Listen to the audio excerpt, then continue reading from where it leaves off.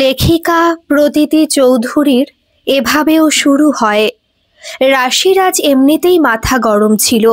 একেমাত্র কয়েকদিন হলো ভাইরাল ফিভারটা কাটিয়ে উঠেছে, শরীর দুর্বল। তার মধ্যেই বাসে বাবার বয়সী একজন লোক এমনভাবে ওর সাথে অসভ্যতা করার চেষ্টা করছিল।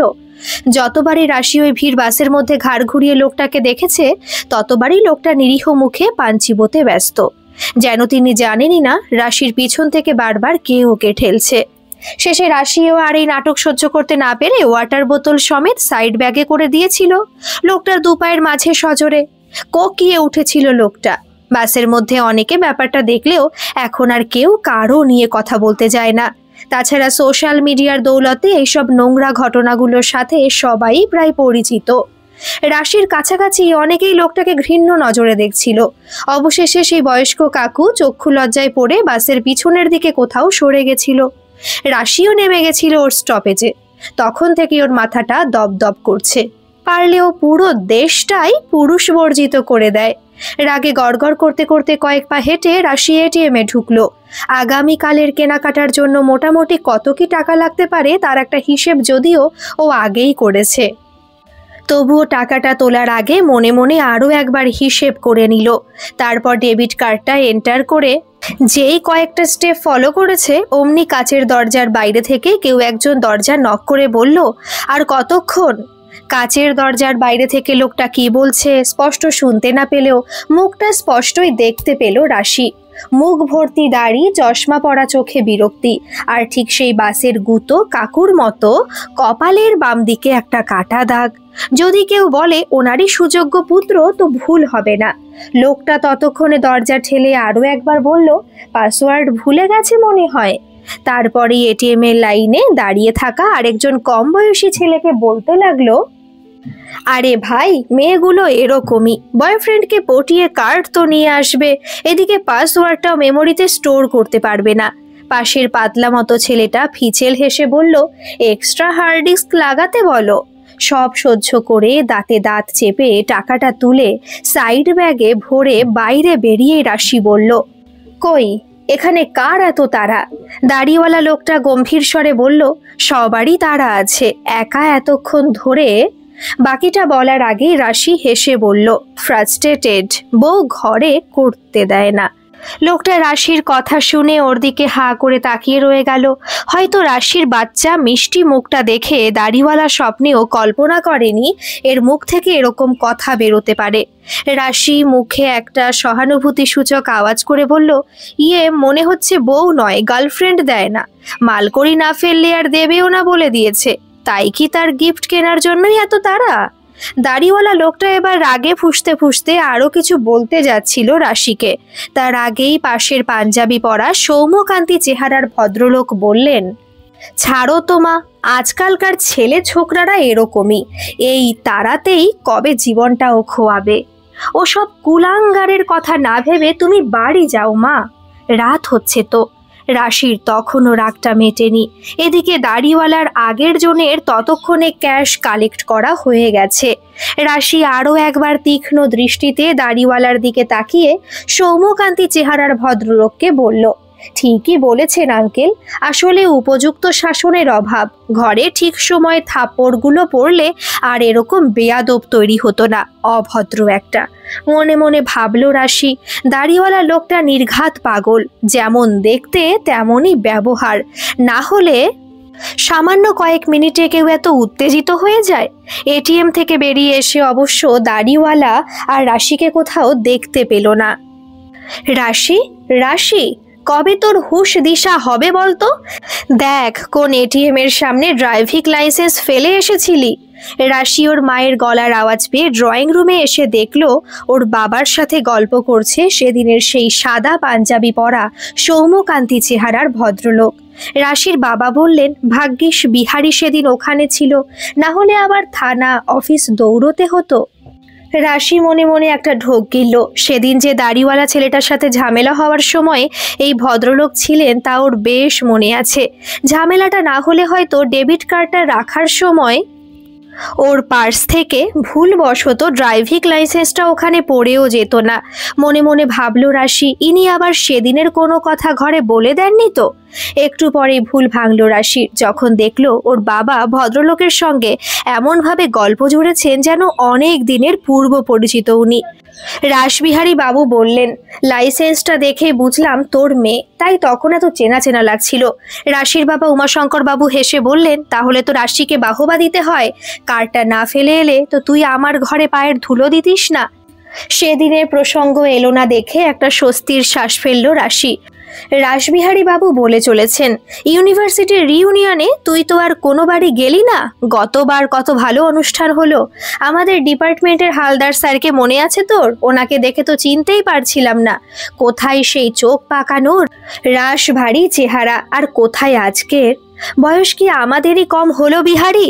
চাকুরি, সংসার, মেয়েদের পড়াশোনা, রিটায়ারমেন্ট, মাঝে মাঝে ভাবি দিনগুলো সুখে দুঃখে কেমনই যেন এক এক করে পেরিয়ে গেল। দুই বন্ধু অনেক দিন পর দেখা হলে যা হয় আর কি। রাশির মা বন্দনা দেবী চা আর পকোড়া দিয়ে যাওয়ার পর ওনাদের আড্ডাটা আরো জমে উঠল। এই জগার কি খবর রে? শালা কলেজের পর কারো সাথে কন্ট্যাক্টে রাখেনি। আরে ও তো ছিলই স্বার্থপর।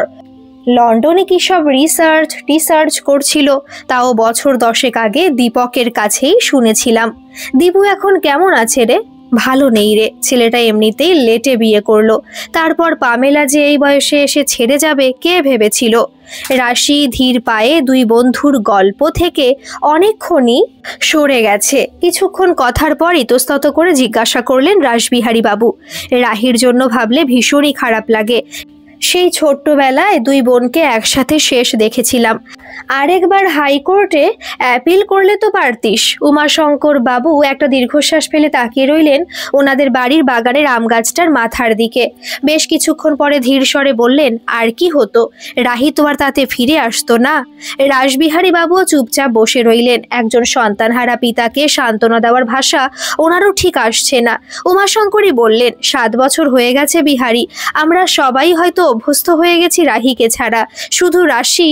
উমাশঙ্করের হাত দুটো ধরে রাসবিহারী বললেন, অভ্যস্ত না হয়ে যে উপায়ও থাকে না শঙ্কর। শ্রীতমা যখন আমাকে ছেড়ে চলে গেল, আমি কি ভেবেছিলাম আর কিছু স্বাভাবিক হবে? না ভেবেছিলাম সোনাইকে একা বড় করতে পারবো। তারপরেও তো এতগুলো বছর পেরিয়ে গেল। দিন কি কারো জন্য থেমে থাকে?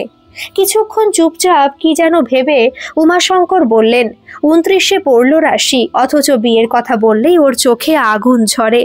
দেখ, রাহি তো আর ফিরে আসবে না কোনোদিন। কিন্তু ওর জন্য রাশিও যদি এভাবে নিজের জীবনটা, ওর মা তো চিন্তাতে ঘুমোতে পারে না, কান্নাকাটি করে। এক মেয়েকে তো আমরা হারিয়েছি, আরেক মেয়েও যদি সামনে থেকে এভাবে হারিয়ে যায়। রাশির বিয়ের চেষ্টা করিসনি? আরও একটা দীর্ঘশ্বাস মুখ ঠেলে বেরিয়ে এলো উমাশঙ্করের। চেষ্টা কি করিনি বিহারি? একটা সম্বন্ধ এগোলো না। মেয়েটা দিন দিন এমন পুরুষ বিদ্বেষী হয়ে উঠছে। কার ঘরে গিয়ে যে ও সংসার করতে পারবে? অনেকক্ষণ ধরে যে ইচ্ছাটা চেপে রেখেছিল রাসবিহারী, সেটাই এবার প্রকাশ করে ফেললেন। মানে যদি তোর আপত্তি না থাকে, একটা প্রস্তাব নিয়ে এসেছিলাম। জানিসই তো শ্রীতমা মারা যাওয়ার পর থেকে আমার স্ত্রী হারা ঘরে সোনাই আর আমি একাই থাকি। ছেলেটাও ছোটর থেকে মায়ের শাসন ছাড়া বড় হয়েছে, বড্ড অন্তর্মুখী। কি যে চলে ওর মধ্যে আমাকেও বলে না সব। অনেক বছর হলো ইনফোস্পেসে কাজ করছে, স্যালারিও খারাপ পায় না, কিন্তু বিয়ের কথা বললেই এড়িয়ে যায়। হয়তো শ্রীতমা বেঁচে থাকলে এসব নিয়ে আমাকে আর ভাবতে হতো না, কিন্তু এখন ওর বাবা মায়ের দায়িত্ব দুটোই যখন আমি নিয়েছি, বাকিটা আর বলতে হলো না। বুঝে গেলেন উমাশঙ্কর। আবেগে আপ্লুত হয়ে বললেন, এ তো আকাশের চাঁদ হাতে পাওয়ার মতো সৌভাগ্য।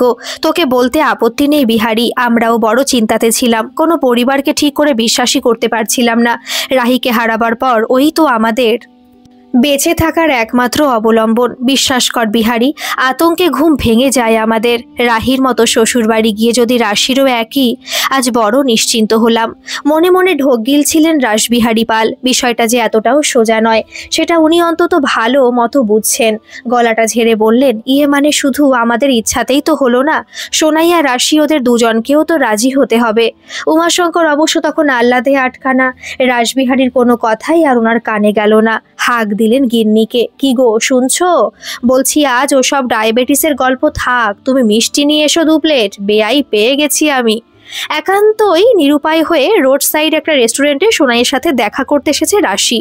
কয়েকদিন আগে যখন রাসবিহারী বাবুর প্রস্তাবটা ওর বাবা মায়ের কাছে শুনেছিল রাশি, প্রথমে তো ভীষণই রেগে গেছিল, চেঁচিয়ে বলে ফেলেছিল, ও এই ছিল লোকটার মনের অভিপ্রায়। তাই বলি, স্বার্থ ছাড়া আজকের যুগে কেউ এত দূরে শুধু একটা কার্ড ফেরত দিতে আসেন? সবাই স্বার্থপর, শুধু সামনাসামনি ধরা পড়তে দেরি লাগে।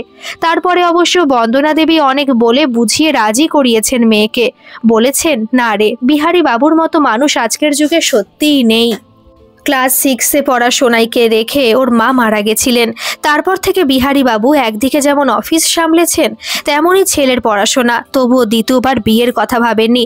সোনাই প্রসঙ্গে উমাশঙ্কর বলেছেন, বিহারীর ছেলে নিশ্চয়ই ওর মতোই ভদ্র দায়িত্ববান। বিহারীও তো ছেলেবেলায় খুব লাজুক ছিল। ইউনিভার্সিটি পড়ার সময়ও শ্রীতমাকে বলতে পারেনি মনের কথাটা। শেষে যখন শ্রীতমার দেখাশোনা চলছে তখন বিহারী কেঁদে কেটে একাকার।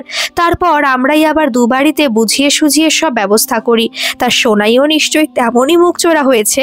বিহারী বলছিল ও মেয়েদের সাথে মিশতেই পারে না।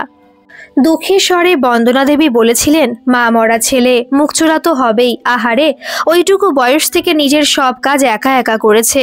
তুই তো এখনো নিজের জামাকাপড়গুলো গুছিয়ে রাখতে পারিস না। ভাবতো সোনাইয়ের কথা। সব শুনে রাশির মনেও ক্লাস 6-এ পড়া বাচ্চা ছেলেটার প্রতি সহানুভূতি তৈরি হচ্ছিল। ভাবছিল, সত্যি তো, মাকে ছাড়াও এখনো একটা মুহূর্ত কল্পনা করতে পারে না। উমাশঙ্করও মেয়ের কানের কাছে বলে যাচ্ছিলেন, সোনাই ছোটর থেকে পড়াশোনাতে যেমন ভালো তেমনই ওর ব্যবহার। বিহারী অফিসে প্রমোশনের পর ওর বাড়িতে একবার পার্টি দিয়েছিল, আমরা সবাই গেছিলাম। আহা, ছেলেটাকে মিষ্টি দেখতে, একদম শ্রীতমার মুখটা বসানো। বন্দনা দেবী চোখ মুছে বলেছিলেন, মায়ের অমন আদরের ছেলেই কত ছোটবেলায় মায়ের আদর হারিয়ে ফেলল। উমাশঙ্কর আফসোসে সুরে বলেছিলেন, সে আর কি করবে বন্দনা, সবই কপাল। নয়তো রাহি কি আর আজ আমাদের সাথে না থাকতো? ভেবে দেখো, ওইটুকু ছেলে সেদিন কাঁদতে কাঁদতে মায়ের মুখাগ্নি করেছিল। কোথাও যেন রাশির ওর দিদিকে হারানোর যন্ত্রণাটা ওই সোনাই বলে বাচ্চা ছেলেটার সাথে মিলেমিশে একাকার হয়ে যাচ্ছিল। বাবা মায়ের ইমোশনাল ব্ল্যাকমেলের মাঝে সোনাইয়ের সাথে দেখা করার জন্য মত দিয়ে ফেলেছিল রাশি, কিন্তু ফুড পার্কে প্রায় আধ ঘন্টা বসে থেকেও সোনাইয়ের দেখা না পাওয়াতে এখন বেশ রাগ হচ্ছে রাশির। টেবিলের সামনে বসেই ওর দু চোখ বারবার খুঁজছে সেদিনের সেই ক্লাস 6-এ পড়া মিষ্টি মুখের বাচ্চা ছেলেটাকে। তুমি, হ্যাঁ তুমি তো সেদিনের মিস এটিএম। আমি ঠিক জানতাম তোমার সাথে কোথাও তো আবার দেখা হবে। পালিয়ে যাবে কোথায়? চেনা গলার স্বরটা শুনে পিছনে ফিরে তাকাতে রাশি দেখলো সেদিনের সেই অভদ্র দাড়িওয়ালা লোকটা। তা আজকে আবার কোন বয়ফ্রেন্ডের কার্ডে বিল হচ্ছে? রাগে গড়গড় করতে করতে রাশি বলল, হোয়াট ইউ মিন? লোকটা করুণা ভরা চোখে রাশির দিকে তাকিয়ে বলল, আহা, তুমি তো মনে হচ্ছে চিনতেই পারছো না আমাকে। আচ্ছা, মনে করিয়ে দিচ্ছি, সেদিন যখন তোমার বয়ফ্রেন্ডের কার্ড এটিএমে এন্টার করে পাসওয়ার্ড ভুলে গেছিলে, আমি লাইনে দাঁড়িয়েছিলাম। এবার মনে পড়েছে নাকি তোমার মেমোরিটা সত্যি উইক? ছেলেটার কথা শুনে দাঁতে দাঁত চেপে দাঁড়িয়ে পড়ল রাশি। ওর নাকের পাটা দুটো রাগে লাল হয়ে অস্বাভাবিক রকম ওঠানামা করছে। এক্সকিউজ মি, ওটা আমার কোনো বয়ফ্রেন্ডের কার্ড ছিল না। In fact I never need any boyfriend. I am single and independent. বরং আপনি আপনার গার্লফ্রেন্ডকে খুশি করার তাড়াতে মন গড়া গল্প সাজিয়ে ফেলেছিলেন। দাড়িওয়ালা লোকটা নিজে টান টান কপালে চিন্তার রেখা ফেলে বলল, ও রিয়েলি? দেন আজ কাপল স্পেশাল টেবিলেও কি সিঙ্গেল খাওয়া দাওয়া করতে এসেছো? সেটা আপনাকে জানাতে বাধ্য নই। দাড়িওয়ালার উল্টো দিকে রাশি ঘুরে দাঁড়াবার পরেও দাড়িওয়ালা ওর সামনে গিয়ে বলল, সেদিন পাপার সামনে কম ইনসাল্ট তো করনি আমার, আর আজ ভাবছো তোমার এত সুন্দর ইভিনিং ডেটটা স্পয়েল না করে আমি ছেড়ে দেব? আসুক তোমার বয়ফ্রেন্ড, তারপর তোমার সিঙ্গেল হওয়ার স্বাদ আমি মিটিয়ে দিচ্ছি। এমনিতে ভীষণ বিরক্ত লাগছে রাশির। বাবা মায়ের কথা শুনে একটা অচেনা ছেলের সাথে এইভাবে দেখা করতে আসতে হয়েছে ওকে। তারপরে আবার এই দাড়িওয়ালার উপদ্রব। মাথার উপর একটু জোর দিতেই অবশ্য খেয়াল হলো রাশির, এই ছেলেটাই সমস্ত কিছুর জন্য দায়ী। সেদিন এটিএমে উল্টোপাল্টা বলে ঝগড়া না করলে ও কিছুতেই লাইসেন্সটা ফেলে আসতো না। আর ওর পিছু পিছু ধাওয়া করে বিহারী বাবুও ওর বাড়ি এসে সোনাইয়ের সাথে সম্বন্ধ করতেন না। রাশির ইচ্ছা করলো এখনই পাশের টেবিল থেকে একটা কাঁটা চামচ নিয়ে দাড়িওয়ালার গলায় মেরে খুন করে ফেলতে। অনেক কষ্টে সেই ভাবনা থেকে নিজেকে সংবরণ করে রাশি বলল, তা আপনি কি এভাবেই অন্যের রিলেশনে ভাঙচি দিতে ফুড পার্কে আসেন? আজকেও যে রাশি ওকে ঘুরে আক্রমণ করতে পারে সেটা দাড়িওয়ালা ভাবেনি। বিরক্তি নিয়ে লোকটা তাকিয়ে থাকতেই রাশি নিজের চেয়ারে যেমন বসেছিল তেমন ভাবেই বসে বলল, ইস, গার্লফ্রেন্ড না দিলে যে এত বাজে অবস্থা হয় সে অভিজ্ঞতা ছিল না আমার। আসলে আমি সিঙ্গেল মানুষ তো, বুঝতেই পারছেন। একটা মিনিট অপেক্ষা করছে লোকটা শুধু এমন মেয়ের সঙ্গে কোন ছেলে ডেটিংয়ে আসে সেটা দেখার জন্য। রাশি ওয়েটারকে ডেকে একটা apple juice, 1 plate chicken lollipop, 1 plate chilli prawns order করে আবার বলল, ওই পাশে একটা কাপল বসে আছে, আপনার ফ্রাস্ট্রেশন দূর করতে ওদিকে ভাঙচি দিতে যেতে পারেন।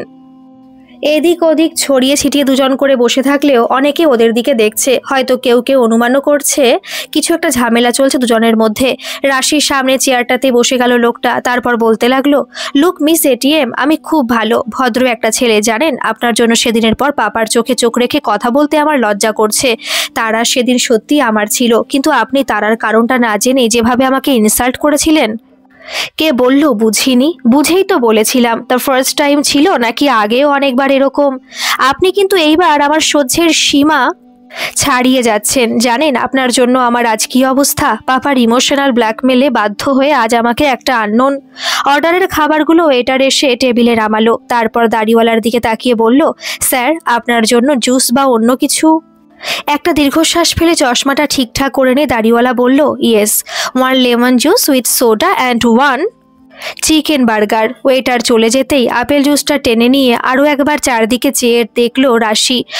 সোনাইয়ের কোথাও কোনো চিহ্ন নেই। বিরক্ত হয়ে সামনের দাড়িওয়ালাকে বলল, দেখুন মিস্টার, সেদিন আপনার পাপা কোথায় ছিল আমি সত্যি দেখিনি, আর আমি নিজেও অন্য একটা ব্যাপার নিয়ে ডিস্টার্ব ছিলাম, তাই যা হয়েছে সেটা অনিচ্ছাকৃত। আপনি প্লিজ এখন আসুন। দাড়িওয়ালা চেয়ার ছেড়ে উঠে চলে যাওয়ার জন্য প্রস্তুত হতে রাশি আবার নিজের মনে বিড়বিড় করে বলল, শুধু আপনি আপনার বাবার কাছে খারাপ হয়ে যাননি, আমি নিজেও সেদিনের পর এমন একটা বিচ্ছিরি ব্যাপারে ফেসে গেছি। হয়তো সবটা আপনার দোষ নয়, লাইসেন্সটা আপনি ফেলে না এলে বিহারীবাবু আমার ঘর অবধি ধাওয়াও করতো না। আর এই সব। চমকে উঠে তোতলিয়ে দাড়িওয়ালা বলল, কে কে কে? রাশির এবার সেদিনের ধারণাটা সত্যি মনে হচ্ছে। এই লোকটা নির্ঘাত মাথার কিছু গন্ডগোল আছে। শেষে কিনা ওকে ফুড পার্কে একটা পাগলের সাথে এক টেবিলে বসতে হচ্ছে। সরু চোখে আরও একবার চারপাশটা দেখে নিয়ে রাশি গলা নামিয়ে বলল, বিহারীবাবু বলে বাবার এক বন্ধুও সেদিন আমাদের সাথেই এটিএমে লাইনে ছিলেন। কদিন আগে উনি আমাদের বাড়িতে ওনার ছেলের সম্বন্ধ নিয়ে আসেন, আর আজকে আমাকে বাবা মায়ের কথাতে বাধ্য হয়ে ওনার সেই ছেলে মানে সোনাইয়ের সাথে দেখা করতে ফুড পার্কে আসতে হয়েছে। এবার হ্যাপি? দোহাই আপনার, এরপর অন্তত ব্যাপারটা আমার মতো করে হ্যান্ডেল করতে দিন। দাড়িওয়ালা চোখ দুটো বড় বড় করে তাকিয়ে রইল রাশির দিকে। রাশির এবার সত্যি খুব অস্বস্তি হচ্ছে। ইচ্ছা করছে এক মুহূর্তে এখান থেকে পালিয়ে যেতে। একে তো সেই সাহেবজাদা সোনাইয়ের পাত্তা নেই, তারপর আবার এই পাগলের ঝামেলা। সাই সাই করে মুখ দিয়ে আওয়াজ করে কি যেন বলার চেষ্টা করলো লোকটা। কিছুই শুনতে পেল না রাশি। পরের বার আবার বলল, আমি সন্দীপন। একই রকম বিরক্তির মুখে রাশি বলল, okay, nice to meet you, but now please excuse me. দাড়িওয়ালা ছেলেটা একটা রুমাল বার করে কপালের ঘামটা মুছতে মুছতে বলল, পাপা পারলো এরকমটা করতে? আমি নাকি মেয়েদের বুঝি না, জেনে শুনে কষ্ট দিয়ে ইনসাল্ট করি। আমার বিয়ে করা খুব প্রয়োজন, নয়তো আমার মায়ের আত্মাও কষ্ট পাবে। কি সাংঘাতিক অভিনয় পাপার। শেষে কিনা ইউ হোয়াট? আপনি তো দেখছি সত্যি ম্যাড। কি সব বলছেন? কেটে কেটে স্পষ্ট শব্দগুলো উচ্চারণ করলো দাড়িওয়ালা। না, ম্যাড নয়, সোনাই। আমি রাসবিহারী পালের সেই হতভাগ্য ছেলে সোনাই। রাশি আর সন্দীপন দুজনেই অনেকক্ষণ ধরে সামনাসামনি নিঃশব্দে বসে আছে। ওয়েটার এসে বার্গার আর সোডা লেমন দিয়ে গেছে সন্দীপনকে। সন্দীপন বার্গারে কামড় বসালেও রাশি আর কিছু মুখ খোলেনি। ও শুধু সেদিনের ঘটনাগুলো একটার পর একটা মনে করছে। এটিএম থেকে বেরিয়ে যখন ও সন্দীপনকে জবাব দিচ্ছিল তখনই বয়স্ক ভদ্রলোক সামনে এসে রাশিকে শান্ত করেছিলেন। রাশি তো বাবা মায়ের শাসন তুলেও কথা বলেছিল সন্দীপনকে। তার মানে বিহারীবাবু সব জেনে শুনেই ওনাদের বাড়ির বউ করতে চেয়েছেন রাশিকে। টেবিলের উপর কোনোই রেখে মাথাটা দুহাতে চেপে ধরল রাশি। নিজের ছেলেকে উনি সেদিন কুলাঙ্গার পর্যন্ত বলেছেন। তাছাড়া ওই রকম সৌম্যকান্তি চেহারার সঙ্গে দাড়িওয়ালার মিলও তো কিছু নেই, বরং কপালের বাম দিকের কাটা দাগটা সেই গুঁতোমারা বুড়োটার সাথে মিলেছিল। ও বুঝবে কি করে ওর সাথে এত বড় প্রতারণা হতে চলেছে? সন্দীপনী বার্গারটা ছিঁড়তে ছিঁড়তে বলল, ভেবে আর কি করবে, পাপা কি জিনিস বুঝলে তো? এরকম একটা আস্ত পিসের সাথে একা বাড়িতে থাকতে হয় আমাকে। ফ্রাস্ট্রেশনটা কিসের আশা করি এরপর বুঝতে পারছো। রাশির আর কিছুই বলতে ইচ্ছা করছে না এই উজবুকটাকে, যেমন বাবা তেমনই ছেলে। কি কি যেন বলেছিল রাশির বাবা মা ওদেরকে নিয়ে, লাজুক, মুখচোরা, অন্তর্মুখী। ইচ্ছা করছিল হ্যান্ডব্যাগটা নিজের মাথাতে তুলে মারতে। সন্দীপন আবার বলল, আমার অবশ্য সেদিনই একটা সন্দেহ হয়েছিল যখন পাপা তোমার পক্ষ নিয়ে কথা বলছিল, তবে তার ফল এতদূর গড়াবে কল্পনাও করিনি। রাশি আগের মতোই নিশ্চুপ। এমন ঘরে বিয়ে করলে যে রাহির চেয়েও ভয়ঙ্করভাবে ওকে জ্বলে মরতে হবে তাও ভালো মতো টের পেয়ে গেছে। হ্যান্ডব্যাগটা নিয়ে চেয়ার ছেড়ে উঠে পড়তেই সন্দীপন বলল, আরে এ কি, না খেয়ে উঠে পড়লে যে? যা হোক একটা উপায় ঠিক বার করব। তোমার মতো মেয়েকে বিয়ে করে জীবন্ত দগ্ধ হবার আমার কোনো ইচ্ছা নেই। রাশি যাবার আগে রাগের চোটে চেঁচিয়ে বলে গেল, just go to hell with your papa. Sandipan অবশ্য এত সহজে ছাড়বার পাত্র নয়। ছুটতে ছুটতে প্রায় দরজার কাছে এসে বলল, বিলটা আমার কার্ডে হবে না কিন্তু ডার্লিং। রাগে আর অপমানে কথা না বাড়িয়ে 500 টাকা দুটো নোট হ্যান্ডব্যাগ থেকে বার করে সন্দীপনের পকেটে চালান করলো রাশি। সন্দীপন আরও কিছু বলতো হয়তো তার আগেই রাশি হনহন করে হেঁটে ফুড পার্ক থেকে বেরিয়ে নিজের স্কুটিটার কাছে চলে গেল। বিলটা পেমেন্ট করে কাচের দরজা ঠেলে সবে ফুড পার্ক থেকে বেরিয়েছে তখনই রাশির গলার স্বরটা আবার কানে এলো সন্দীপনের।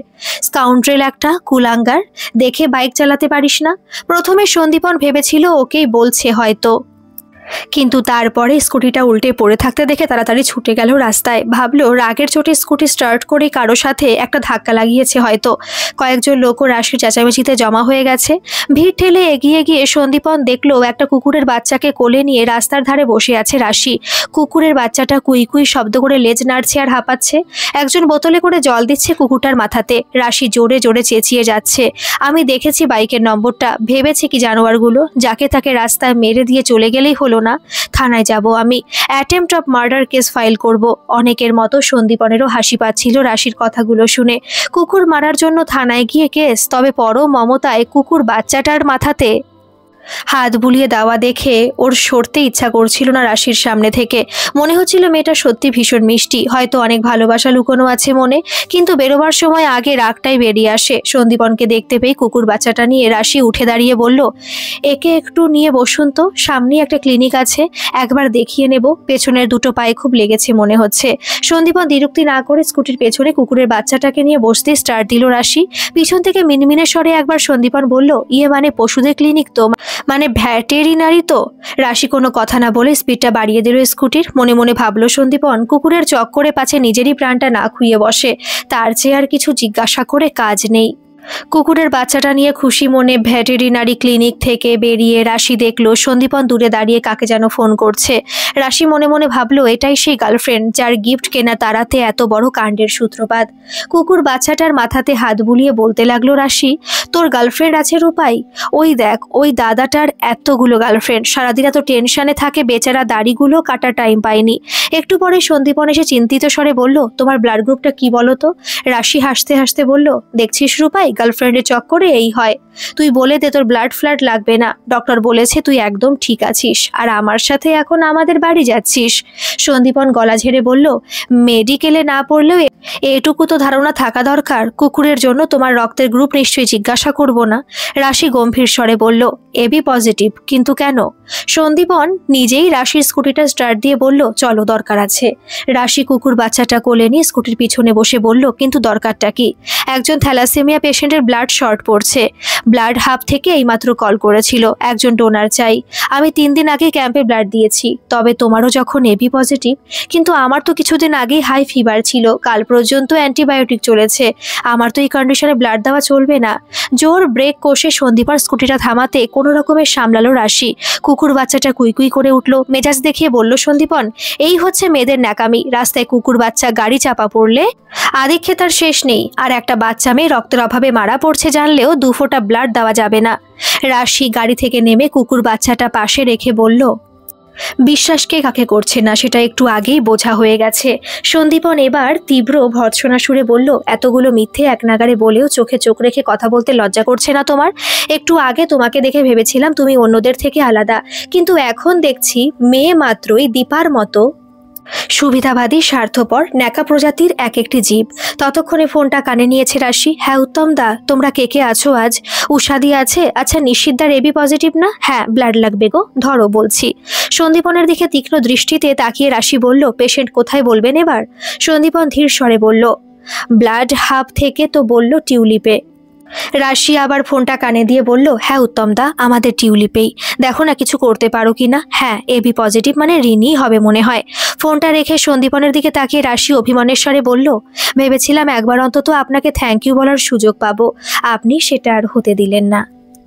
রাশির কাণ্ড দেখেছো? সোনাইয়ের সাথে দেখা করতে পাঠালাম, আরও একটা কুকুর বাচ্চা নিয়ে এসে বলছে সোনাইয়ের পরিবর্তে রূপাইকে সাথে নিয়ে ফিরলাম। আমি কিন্তু আর এ বাড়িতে থাকবো না, চলে যাব বলে দিচ্ছি। কুকুর বাচ্চাটাকে কোলে নিয়ে ফিডিং বোতলে দুধ খাওয়াতে খাওয়াতে রাশি ও ঘর থেকে চেঁচিয়ে বলল, কোথায় যাবে বলো মা? হরিদ্বার না মথুরা? মেক মাই ট্রিপে ডাবল ডিসকাউন্ট আছে, হোটেল বুকিং করে দেব? উমাশঙ্কর বাবু মেয়ের রুমে এসে ধমক দিয়ে বললেন, সোনাইয়ের সাথে দেখা না করে কিভাবে চলে এলি তুই? ছেলেটা কতক্ষণ ফুড পার্কে বসেছিল কে জানে। বন্দনা দেবী এসে বললেন, আহা দেখো মেয়ের কাণ্ড। একে ছেলেটা ইন্ট্রোভার্ট গোছের, বিহারীবাবু বলছিলেন তেমন কারোর সাথে কথা পর্যন্ত বলে না, তাকে তুই রাত পর্যন্ত অপেক্ষা করালি। মুখটা বিকৃত করে রাশি বলল, ছেলে ছেলে করো না তো, বিয়ে হয়নি তাই, নয়তো এতদিনে 10টা ছেলের বাবা হয়ে যেত ওই দাড়িওয়ালা। বন্দনা দেবীর সাথে সাথে মেয়ের পাশে বসে বললেন, তুই দেখা করেছিস ওর সাথে? কি কথা হলো বল না। কি আবার কথা হবে? তার মতে মেয়ে মাত্রই তো মিথ্যাবাদী, ন্যাকা, স্বার্থপর প্রজাতির জীব, ওই রকম ছেলের চিরকুমার হয়ে থাকাই শ্রেয়। ফোনটা বেজে উঠতেই রুম থেকে বেরিয়ে ব্যালকনিতে চলে গেল রাশি। হ্যালো হ্যালো, কে বলছেন? তোমার রূপাই ভালো আছে তো?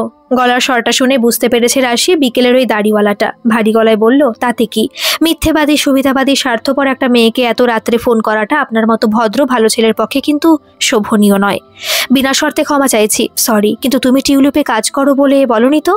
রাশি একটু চুপ থেকে বলল, টিউলিপে কাজ করি না, মাসে একটা দিন ওখানে চাইল্ড ওয়ার্ডে যাই। টিউলিপের সবাই কিন্তু তোমার খুব প্রশংসা করছিল, রিনা, বিল্টু, টুকটুকি, সবাই তো রাশি দিদি বলে চেনে। রাশি আবারও গম্ভীর স্বরে বলল, আর কিছু বলবেন? সেদিনে তারার কারণটা কিন্তু তুমি সত্যি ভুল বুঝেছিলে। টাকাটা প্রয়োজন ছিল রিনার মতোই একজনের চিকিৎসাতে, গার্লফ্রেন্ডের গিফট কেনার জন্য নয়। রাশি চুপ করে রইল। ওপাশ থেকে সন্দীপনী আবার বলল, থ্যাংক ইউ না পাই, ক্ষমাটুকু পেলেও কৃতার্থ হব। আগামী রবিবার একই সময় ফুড পার্কে কি আরেকবার দেখা হতে পারে? রাশি ইতস্তত করে বলল, নেক্সট সানডে। কিন্তু আবার কি জন্য? তাছাড়া কাউকে জীবন্ত দগ্ধ করার ইচ্ছা আমার নেই। ফোনটা রাখার আগে সন্দীপন বলল, আমি কিন্তু ফুড পার্ক বন্ধ হওয়া পর্যন্ত অপেক্ষাতে থাকব। সারা সপ্তাহটা ধরে রাশি মনে মনে ঠিক করেছিল কোনো মতেই আর দেখা করতে যাবে না। রাশির বাবা মা তো এই দেখা করার ব্যাপারটা জানতেনও না। তবু দুপুরের খাওয়া দাওয়ার পর যেন ঘরে কিছুতেই মন মানছিল না রাশির। রূপাইও বারবার ভৌ ভৌ শব্দ করে কিছু যেন বলতে চাইছিল। অবশেষে রূপাইকে নিয়ে বেড়াতে যাওয়ার ছলে ফুড পার্কে এলো রাশি। সন্দীপন এসে একই চেয়ারে বসেছিল। রাশি রূপাইকে কোলে নিয়ে ওর সামনে চেয়ারে বসতেই সন্দীপন বলল, হ্যালো রূপাই। একটা বড় শ্বাস টেনে রাশি বলল, বলুন কি জন্য ডেকেছেন? সন্দীপন হেসে বলল, আমি তো শুধু অপেক্ষা করছিলাম, উপেক্ষা করা তো আপনার হাতেই ছিল। রাশিকে চুপচাপ বসে থাকতে দেখে ওয়েটারকে ডেকে ঠিক আগের দিনের খাবারগুলোই অর্ডার করলো সন্দীপন। রাশি বিদ্রুপ করে বলল, দীপা বুঝি আর ডেটিংয়ে আসতে চাইছে না? সন্দীপন প্রশংসার চোখে রাশির দিকে তাকিয়ে বলল, তোমার মেমোরি পাওয়ার নিয়ে কিছু বলাটা সত্যি আমার ভুল হয়েছিল দেখছি। সে যাই হোক, আপনি যদি ভেবে থাকেন আপনি এসব বলে আপনার পাপার উদ্দেশ্য সাধন করে দেবেন, তাহলে কিন্তু ভুল ভাবছেন। জীবন্ত দগ্ধ করার বা জীবন্ত দগ্ধ হওয়ার কোনোটারই ইচ্ছা আমার নেই। সন্দীপন একটা দীর্ঘশ্বাস ফেলে বলল, সবাই রজতের মতো হয় না রাশি, মানুষকে কিছু ক্ষেত্রে বিশ্বাসও করতে হয়। চমকে উঠে সন্দীপনের দিকে তাকালো রাশি। সন্দীপন শান্ত স্বরে বলল, রাহির ঘটনাটা পাপার কাছে আমি শুনেছি। রজত বা ওর পরিবার তোমার দিদির সাথে যা করেছে সেটা শুনেই আমার রক্ত হিম হয়ে গেছে। আর তুমি তো সবটা সামনে থেকে ফেস করেছো। ছলছলে চোখে রাশি বলল, দিদি প্রেগনেন্ট ছিল, যেটা আঙ্কেলও জানেন না, আমার বাবা মাও আজ পর্যন্ত জানে না। দিদি বলেছিল পরের বার যখন বাড়ি আসবে তখনই গুড নিউজটা সবার সাথে সামনে থেকে শেয়ার করবে। জানেন, দিদি তো ওর বেবিকে নিয়ে স্বপ্ন দেখতে শুরু করেছিল। আমরা দুই বোনে মিলে ঠিক করেছিলাম ছেলে হলে ওর নাম দেব রাজ আর মেয়ে হলে রাজশ্রী, কিন্তু তার আগে ওরা দিদিকে জীবন্ত পুড়িয়ে ফেললো। তোমরা হাইকোর্টে কেন অ্যাপিল করলে না? ওদের চরম শাস্তি হওয়া উচিত ছিল রাশি। রাশি উদাসীন গলায় বলল, কোনো প্রমাণ ছিল না আমাদের কাছে। সিলিন্ডার ব্লাস্ট করে অ্যাক্সিডেন্টে মারা গেছে জানিয়েছিল ওরা, তাই তো হেরে গেছিলাম আমরা। তবে আমরা জানতাম দিদি ভালো ছিল না। ভালোবেসে রজতদাকে বিয়ে করেছিল দিদি, বাবা মায়ের মত ছিল না। ওদের বিয়েতে, তাই হয়তো কখনো বলতেও পারতো না দিদি ওর শ্বশুরবাড়ির অশান্তির কথা। দিদির বাড়ি গিয়ে শেষবার আমি দেখেছিলাম ওর গায়ের কালশিটে পোড়া দাগগুলো। 90% বার্ন বডিতে, অবশ্য সেগুলোর আর কোনো অস্তিত্ব ছিল না। অনেকক্ষণ চুপচাপ থাকার পর সন্দীপন বলল, পোড়া ঘা নিয়ে বেঁচে থাকার যন্ত্রণাটা আমি বুঝি রাশি। এজন্যই তুমি প্রতি মাসে টিউলিপের চাইল্ড ওয়ার্ডে ছুটে যাও, তাই না? উত্তম তার আশ্রমের বাচ্চাগুলোকে নিজের স্যালারির টাকাতে উপহার কিনে দিয়ে আসো প্রতি মাসের প্রথমে। টপ টপ করে কয়েক ফোঁটা জল চোখ থেকে পড়ার পর রাশি বলল, যেদিন দিদিকে ফোন করে আমার জবে জয়েন করার খবরটা দিয়েছিলাম, সেদিনে দিদি চুপি চুপি শুনিয়েছিল প্রেগনেন্সি নিউজটা। দিদিকে বলেছিলাম ওর বেবি খুব লাকি। জানেন, দিদি বলেছিল শুধু লাকি বললে হবে না, মাসিমণিকে প্রতি মাসে উপহার কিনে দিতে হবে। আমি সেই কথাটাই রেখে চলেছি এত বছর ধরে। সন্দীপন রাশির জলে ভেজা চোখ দুটোর দিকে তাকিয়ে বোঝার চেষ্টা করছিল কত বছর ধরে মেয়েটা এই যন্ত্রণা একা বয়ে নিয়ে চলেছে। চোখের জলটা মুছে রাশি বলল, আপনাকে এসব বলে কি হবে? আপনি তো ভাবেন মেয়ে মানেই মিথ্যেবাদী, সুবিধাবাদী, স্বার্থপর। সন্দীপন ধীর স্বরে বলল, মা মারা গেছিলেন ব্লাড ক্যান্সারে। হয়তো ব্লাড ব্যাংকে অ্যাভেলেবেল ব্লাড পেলে মা আরও কিছুদিন বাঁচত। যাই হোক, মা মারা যাওয়ার পর আমি খুব চুপচাপ থাকতাম, তেমনভাবে কোনো মেয়ের সঙ্গে মিশতেই পারতাম না। তারপরে কিভাবে যেন আমার জীবনে এসেছিল দীপা, আমারই জুনিয়র। ওকে আমি গার্লফ্রেন্ড কম মায়ের জায়গা বেশি দিয়েছিলাম। নিজের রোজগারের সর্বস্ব দিয়েও ওর প্রয়োজন পূরণ করার চেষ্টা করতাম। পাপা এমনিতেই উদাসীন মানুষ, বাগান বাড়ি বইপত্র নিয়ে থাকেন। আমি কত রোজগার করি, ব্যাংকে কত টাকা জমা টাকা করি, সে সবের হিসেব কোনোদিনই করেননি। সেটারই সুযোগ নিয়েছিল দীপা। রাশি তাকিয়ে দেখছিল দাড়িওয়ালা ঝগড়াটে লোকটার ভিতরের মানুষটাকে। সন্দীপন বলে যাচ্ছিল, পাপার একটা সংস্থা আছে অমৃত সুধা। পাপা নিজের অ্যাকাউন্ট থেকে প্রতি মাসে ওখানে টাকা ট্রান্সফার করে। 4-5 জন স্টাফ আছে খবরাখবর রাখার জন্য। অমৃত সুধা থেকে প্রয়োজন অনুসারে থ্যালাসেমিয়া, লিউকোমিয়া রোগীদের নানান রকম ফিনান্সিয়াল হেল্পও করা হয়। আমিও যখন ওখানে কাজ করতে লাগলাম, দীপা আপত্তি করতে শুরু করলো। একটা সময় তর্ক এই পর্যায়ে গেল, অমৃত সুধা বন্ধ করতে হবে। আমার তখন নেশার মতো হয়ে গেছিল। পেশেন্টদের সাথে কথা বলা, রেগুলার ব্লাড দেওয়া, যতটা সম্ভব টাকা বাঁচিয়ে অমৃত সুধার জন্য জমিয়ে রাখা। দীর্ঘদিন দীপার সাথে যোগাযোগ ছিল না, তবুও ভেবেছিলাম নিজের ভুল বুঝে ফিরে আসবে। কিন্তু তার আগে দীপা এনআরআই পাত্রকে বিয়ে করে প্রবাসী হয়ে গেল। ভুল শোধরানো, অনুতাপ এসবের অবকাশই রইল না। ভাবলাম মেয়েরা এরকমই স্বার্থপর হয়, যেখানে সুবিধা পাবে সেখানে জায়গা করে নেবে। কয়েক মিনিট চুপচাপ থাকার পর রাশি বলল, সব মেয়ে কিন্তু দীপার মতো স্বার্থপরও হয় না, সুবিধাবাদীও হয় না। সন্দীপন হেসে বলল, সেটা বুঝেছি বলেই তোমাকে আজ এখানে ডেকেছিলাম। দীপার কথা পাপা সত্যি জানেন না, জানলে নিশ্চয়ই তোমাদের বাড়ি গিয়ে সেটাও বলে আসতেন।